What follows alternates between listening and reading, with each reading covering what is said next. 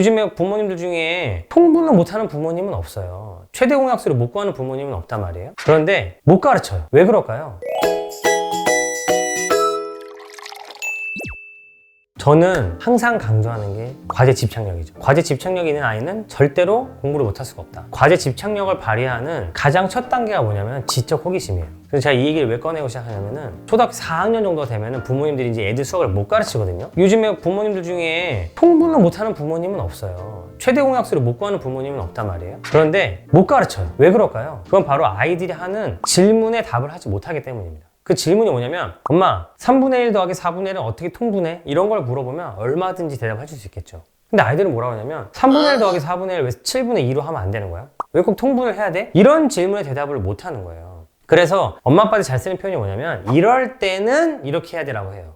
근데 애들은 이럴 때가 뭐야? 분모가 다를 때는 통분을 하는 거야. 근데 아이들의 지적 호기심은 그게 아니에요. 분모가 다를 때 왜 통분을 해야 되냐는 거죠. 7분의 2라고 하면 혼나. 근데 왜 혼나는 거야? 그게 뭐가 잘못된 거야?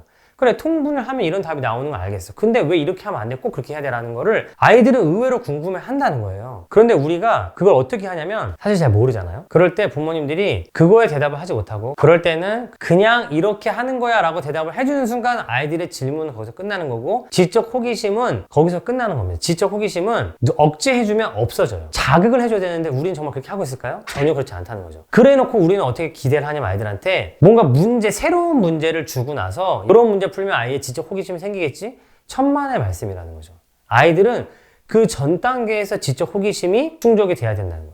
부모님들이 수학을 난 더 이상 못 가르치겠어라고 하는 이유는 뭐냐면은 최대 공약수를 못 구하거나 통분을 못해서가 아니라 아이들의 그런 질문에 대답해주지 못하기 때문인 거예요. 그리고 어떻게 하시냐면은 이제 학원을 보내기 시작하거나 학습지 하는 거죠. 학원이나 아니면은 뭐 학습지 이런 데서도 왜 통분을 해야 되고 최대 공약수의 의미가 무엇인지를 안 가르쳐 주는 건 아니에요. 그렇지만 그걸 가르치고 나서 아이들이 충분히 납득하지 못했는데 지나가는 거는 사실 비슷하다고 볼 수 있어요. 우리나라에서 수학 교육의 가장 큰 문제는 뭐라고 생각하냐면 수학이라는 과목이야말로 정말 철학이고 지적 호기심을 자극하면서 배워야 되는 과목인데 우리는 그런 단계를 다 스킵하고 이 문제를 가지고 어떻게 그냥 다음 계산을 해 나가야 되는지에 초점을 맞추고 있고 그 과정에 뭔가 아이들한테 흥미를 끌려고 하다 보니까 새로운 문제, 뭔가 독특한 유형의 문제 이런 거를 아이들한테 제시를 한다는 거죠. 근데 아이들은 또 그것도 스트레스예요. 그게 또 어떤 애들한테 굉장히 또 하나의 그냥 고민거리고 숙제일 수 있거든요. 그 전 단계에서 지적 호기심이 채워져야 되고 내가 어떤 지식에 대해서 채워진 그 지적 호기심을 다른 데 적용되는 그 활동을 계속 해줘야 된다는 거죠. 지적 호기심이 채워지지 않은 상태에서 그걸 써먹는 거는요 그냥 반복이고 노동이에요. 아이들한테는 그렇게 느껴지고 있다는 겁니다. 수학이 노동인 거죠. 아이들한테는. 지적 호기심을 아이들한테 어떻게 채워줄 수 있느냐 고민을 많이 해봤을 때 지적 호기심에 대해서 부모님이 답을 하려고 하지 마시고 그 답을 같이 고민하고 찾아가는 과정을 꼭 같이 하셔야 된다는 거죠. 일단 첫 번째로는요 그런 질문을 하도록 만들어줘야 돼요. 3분의 2 더하기 4분의 3은 왜 7분의 5가 아닌가라는 것을 궁금하게 만들어줘야 되는 거예요. 이거를 못하게 하는 가장 큰 이유가 뭐냐면 진도를 빼야 되는데 라는 압박감이에요. 진도를 빼야 되니까 다음으로 넘어가야 되는데 진도를 빼는 거는 아이들이 이해를 하고 지적 호기심을 채워주잖아요. 그럼 사실 굉장히 금방 할 수 있거든요. 근데 우리가 거꾸로 이거를 안 하고 먼저 진도를 빼놓고 지적 호기심을 채워주려고 하다 보니까 진도는 느리고 아이들의 지적 호기심을 채워주지 않는 거예요. 근데 왜 이렇게 공부를 하고 있을까요? 잘하는 애들한테 공부를 맞춰서 진도를 빼기 때문에 이렇게 계속 흘러가고 있다는 거죠. 그래서 저는 부모님의 역할이 중요하다고 생각하고 다시 돌아가면 부모님이 이 지적 호기심을 같이 채우셔야 되고 그러려면 결국 부모님이 어떻게 하셔야 되냐면 같이 공부를 하셔야 돼요. 우리 엄마 아빠가 내가 모르는 걸 물어보니까 같이 공부하고 어디 가서 연구하고 고민해서 같이 토론했다. 아이들이 이 과정을 얼마나 재밌어 하는지 여러분들이 아셔야 된다는 거죠. 예를 들어 볼게요. 3분의 1 더하기 4분의 1은 왜 7분의 2가 아니냐? 어떻게 대답하시겠어요? 대부분의 부모님들 아까 말씀드렸지만 이럴 때는 이렇게 하고 넘어가는데 이럴 때는 이란 말 자체도 아이들한테는 이럴 때는이 뭐야? 그런데 또 질문하기가 애매하니까 넘어가요. 근데 우리는 이 아이가 이해를 못한 것 같지만 일단 넘어가자. 그렇게 하고 있는데 절대 그렇게 하시면 안 되고 이해한 거 맞아? 넌 어떻게 생각해? 라고 꼭 물어봐 주시고 사실 부모님도 이해 못했잖아요. 그럼 고민 한번 해보세요. 그럴 때 해야 되는 질문은 뭐냐면 3분의 1은 무슨 뜻이고 4분의 1은 무슨 뜻이고 더하기는 무슨 뜻이야 라는 거에 대해서 같이 고민을 하시는 과정이 초등학교 과정에서는 굉장히 중요하고 유의미하다는 겁니다. 3분의 1이 무슨 뜻이에요? 피자를 3분의 1 더하는 거. 피자를 3조각으로 쪼갠 것 중에 하나가 3분의 1이죠. 그리고 4분의 1은 무슨 뜻이죠? 피자를 4조각으로 쪼갠 것 중에 한 조각이에요. 근데 그렇다고 해서 이거를 더하니까 그럼 7조각으로 쪼갠 거에 2조각이랑 같을까라는 고민을 아이들이랑 같이 해보시면 됩니다. 그럼 적어도 이게 틀렸다는 걸 아이들이 납득을 할 수 있겠죠? 그럼 왜 통분을 해야 될까? 한번 고민을 해보세요.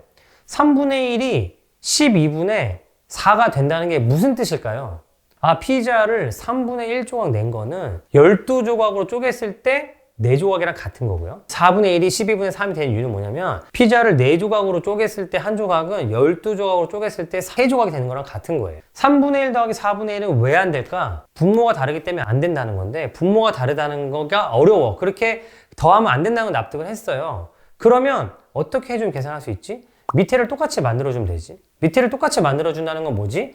얘는 3조각으로 쪼갠 거고 얘는 4조각으로 쪼갠 거지만 똑같이 12조각으로 쪼갰다 생각을 해보는 거예요. 그러면 더 할 수 있겠네? 이게 분수 교육에서 우리가 해야 되는 질문과 답과 고민이라는 거죠. 아이들이 혼자 못하면 부모님이 공부하시고 같이 도와줘야 되는데 더 좋은 거는 학교와 학원에서 해주면 좋겠지만 그렇게 못한다는 현실이에요. 선생님들이 이상한 게 아니라 그렇게 할 수 있는 현실이 안 됩니다. 이런 거 누가 해야 되느냐? 부모님이 하셔야 되는 거죠. 저는 제 채널을 운영하는 게 이런 것들을 도와드리기 위해서 전 채널을 운영한다고 생각하고 있어요. 고민하고 3분의 1이 뭐야? 4분의 1이 뭐야? 더하기는 뭐야? 그렇다면 통분은 어떤 의미를 가져? 이런 것들에 대한 고민을 하셔야 된다. 어떻게 해야 되는지에 대한 고민은 생각보다 쉬워요. 뭐 일단 제 채널을 보셔도 되고 생각노트를 봐도 되고 인터넷을 찾아보셔도 되고 블로그를 찾아보셔도 되고 수학을 잘하는 사람한테 물어봐도 됩니다. 더 중요한 건 뭐냐면 이런 고민을 함께 해야 되는구나 라는 인식을 갖는 거죠. 그러니까 아이들이 그 질문을 했을 때 아, 진도 빼야 되는 데가 아니라 드디어 우리 아이가 수학을 제대로 받아들이기 시작했다라는 인식을 가져주시는 거예요.